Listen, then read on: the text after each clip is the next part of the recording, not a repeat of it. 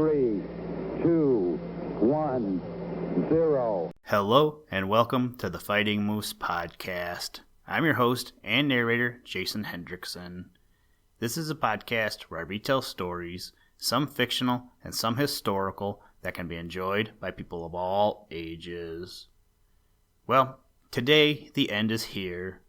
Today we are going to read the last 3 chapters of The Adventures of Old Mr. Toad, written by Thornton W. Burgess. For the next episode, I will release the audiobook in its entirety in case you want to listen to it again or listen to it as an audiobook. I don't know what I will do after that for an episode, but I'll just keep my eyes and ears open and see what life brings. I hope that you have enjoyed this journey through the book and that you are looking forward to your next read. Now, let's turn to today's story. I hope you enjoy.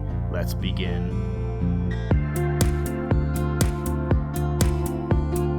Liftoff. We have a liftoff.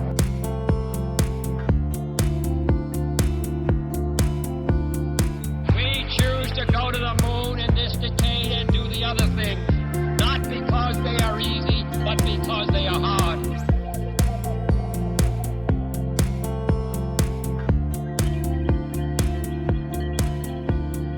Chapter 21. Old Mr. Toad receives another invitation. The friends and neighbors of Old Mr. Toad decided that he needed to be taught a lesson. At first, everyone had laughed at him because he had grown too proud to speak to them, but after a little, they grew tired of being treated so, and some of them put their heads together to think of some plan to teach Old Mr. Toad a lesson and what a very, very foolish thing false pride is. The very next day, Jimmy Skunk went into the Green Forest to look for Buster Bear. Jimmy isn't afraid of Buster. He didn't have to look long, and when he had found him, the very first thing he did was to ask Buster if he had seen any fat beetles that morning. Jimmy is very fond of fat beetles, and the first thing he asks anyone he may happen to meet is if they have seen any. Buster Bear grinned and said he thought he knew where there might be a few, and he would be pleased to have Jimmy go with him to see. Sure enough, under an old log he found 5 fat beetles, and these Jimmy gobbled up without even asking Buster if he would have one. Jimmy is usually very polite, but this time he quite forgot politeness. I am afraid he is rather apt to when fat beetles are concerned, but Buster didn't seem to mind. When the last beetle had disappeared, Jimmy smacked his lips, and then he told Buster Bear what he had come for. Of course, at first, Buster had thought it was for the fat beetles, but it wasn't. No, sir, it wasn't for the fat beetles at all. It was to get Buster Bear's help in a plan to teach Old Mr. Toad a lesson. First, Jimmy told Buster all about how puffed up Old Mr. Toad was because he had dined with Buster, and how ever since then he had refused even to speak to his old friends and neighbors. It tickled Buster Bear so to think that little homely Old Mr. Toad could be proud of anything that he laughed, and his laugh was deep and grumbly-rumbly. Then Jimmy told him the plan to teach Old Mr. Toad a lesson and asked Buster if he would help. Buster's eyes twinkled as he promised to do what Jimmy asked. Then Jimmy went straight to where Old Mr. Toad was sitting all puffed up, taking a sunbath. Buster Bear has just sent word by me to ask if you will honor him by dining with him tomorrow at the rotted chestnut stump near the edge of the Green Forest, said Jimmy in his politest manner. Now if Old Mr. Toad was puffed up before, just think how he swelled out when he heard that. Jimmy Skunk was actually afraid that he would burst. You may tell my friend Buster Bear that I shall be very happy to honor him by dining with him, replied Old Mr. Toad with a very grand air. Jimmy went off to deliver his reply, and Old Mr. Toad sat and puffed himself out until he could hardly breathe. Honor him by dining with him, said he over and over to himself. I never was so flattered in my life. Chapter 22. Old Mr. Toad learns a lesson. Pride is like a great big bubble. You'll find there's nothing in it. Prick it, and for all your trouble, it has vanished in a minute. Old Mr. Toad was so puffed out with pride as he started for the Green Forest to dine with Buster Bear that those who saw him wondered if he wouldn't burst before he got there. Everybody knew where he was going, and this made old Mr. Toad feel more important and proud than ever. He might not have felt quite so puffed up if he had known just how it had come about that he received the second invitation to dine with Buster Bear. When Jimmy Skunk brought it to him, Jimmy didn't tell him that Buster had been asked to send the invitation and that it was all part of a plan on the part of some of old Mr. Toad's old friends and neighbors to teach him a lesson. No, indeed, Jimmy didn't say anything at all about that. So old Mr. Toad went hopping along and stumbling over his own feet because his head was held so high and he was so puffed out that he couldn't see where he was going. He could think of nothing but how important Buster Bear must consider him to invite him to dinner a second time, and of the delicious ants he was sure he would have to eat. What very good taste Buster Bear has, thought he, and how very fortunate it is that he found out that I am also fond of ants. He was so busy with these pleasant thoughts and of the good dinner that he expected to have that he took no notice of what was going on about him. He didn't see his old friends and neighbors peeping out at him and laughing because he looked so foolish and silly. He was dressed in his very best, which was nothing at all to be proud of, for you know old Mr. Toad has no fine clothes. And being puffed up so, he was homelier than ever, which is saying a great deal, for at best Mr. Toad is anything but handsome. He was beginning to get pretty tired by the time he reached the Green Forest and came in sight of the rotted old chestnut stump where he was to meet Buster Bear. Buster was waiting for him. "How do you do this fine day? You look a little tired and rather warm, Mr. Toad," said he. "I am a little warm," replied Mr. Toad in his most polite manner, although he couldn't help panting for breath as he said it. "I hope you are feeling as well as you are looking, Mr. Bear." Buster Bear laughed a great grumbly-rumbly laugh. "I always feel fine when there is dinner of fat ants ready for me," said he. "It is fine of you to honor me by coming to dine." Here Mr. Toad put one hand on his stomach and tried to make a very grand bow. Peter Rabbit, hiding behind a nearby tree, almost giggled aloud. He looked so funny. "I have ventured to invite another to enjoy the dinner with us," continued Buster Bear. Mr. Toad's face fell. You see, he was selfish. He wanted to be the only one to have the honor of dining with Buster Bear. "He's a little late," went on Buster, "but I think he will be here soon, and I hope you will be glad to meet him. Ah, there he comes now." Old Mr. Toad looked in the direction in which Buster Bear was looking. He gave a little gasp and turned quite pale. All his puffiness disappeared.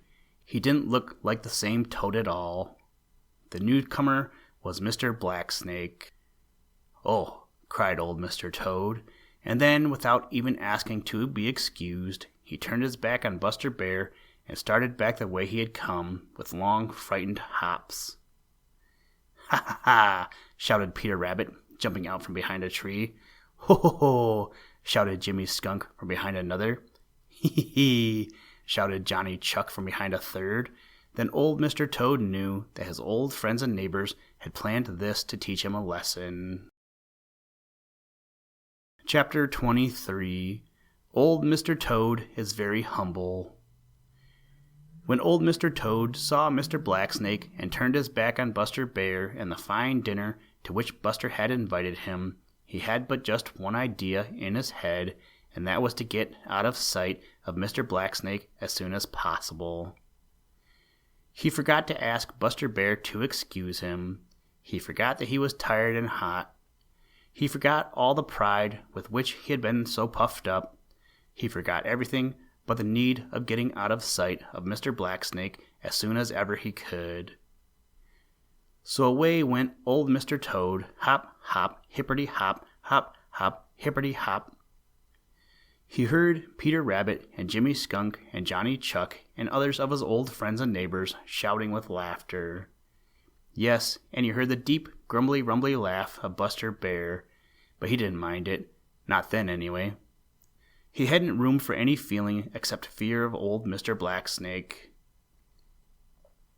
But old Mr. Toad had to stop after a while. You see, his legs were so tired they just wouldn't go any longer, and he was so out of breath that he wheezed. He crawled under a big piece of bark, and there he lay flat on the ground and panted for breath. He would stay there until jolly, round, bright Mr. Sun went to bed behind the purple hills. Then Mr. Blacksnake would go to bed too, and it would be safe for him to go home. Now, lying there in the dark, for it was dark under that big piece of bark, old Mr. Toad had time to think. Little by little, he began to understand that his invitation to dine with Buster Bear had been part of a plan by his old friends and neighbors whom he had so snubbed and looked down on when he had been puffed up with pride, to teach him a lesson. At first he was angry, very angry indeed. Then he began to see how foolish and silly he had been, and shame took the place of anger. As he remembered the deep, grumbly-rumbly laughter of Buster Bear, the feeling of shame grew. I deserve it, thought old Mr. Toad. Yes, sir, I deserve every bit of it. The only thing that I have to be proud of is that I'm honest and work for my living. Yes, sir, that's all. When darkness came at last, and he crawled out to go home, he was feeling very humble. Peter Rabbit happened along just then. Old Mr. Toad opened his mouth to speak, but Peter suddenly threw his head up very high and strutted past as if he didn't see old Mr. Toad at all. Mr. Toad gulped and went on. Pretty soon he met Jimmy Skunk. Jimmy went right on about his business and actually stepped right over old Mr. Toad as if he had been a stick or a stone. Old Mr. Toad gulped again and went on. The next day he went down to see Danny Meadow Mouse. He meant to tell Danny how ashamed he was for the way he had treated Danny and his other friends. But Danny brushed right past without even a glance at him. Old Mr. Toad gulped and started up to see Johnny Chuck. The same thing happened again, so it did when he met Striped Chipmunk. At last, old Mr. Toad gave up and went home, where he sat under a big mullein leaf the rest of the day, feeling very miserable and lonely. He didn't have appetite enough to snap at a single fly. Late that afternoon, he heard a little noise and looked up to find all his old friends and neighbors forming a circle around him. Suddenly, they began to dance and shout. Old Mr. Toad is a jolly good fellow. His temper is sweet, disposition is mellow. And now that his bubble of pride is quite busted, we know that he knows that his friends can be trusted. Then old Mr. Toad knew that all was well once more, and presently he began to dance too, the funniest dance that ever was seen. This is all for now about homely old Mr. Toad, because I have just got to tell you about another homely fellow, Prickly Porky the Porcupine, who carries 1,000 little spears. The next book will tell you all about his adventures. The end. Listen, Tranquility Base here. The Eagle has landed. That's one small step for man. One giant leap for mankind.